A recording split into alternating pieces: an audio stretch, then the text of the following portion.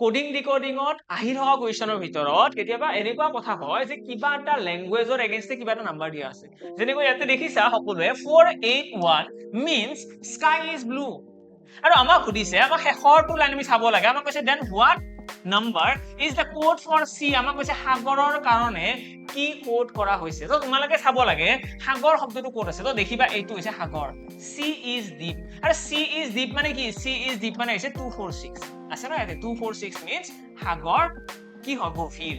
next আমাৰ কি কৈছে 689 মানে কি sea looks blue এটা চোৱা sea looks blue ইয়াতেও sea শব্দটো আছে ইয়াতেও আছে আৰু বাকি কিটা শব্দ ইয়াতে কমন নাই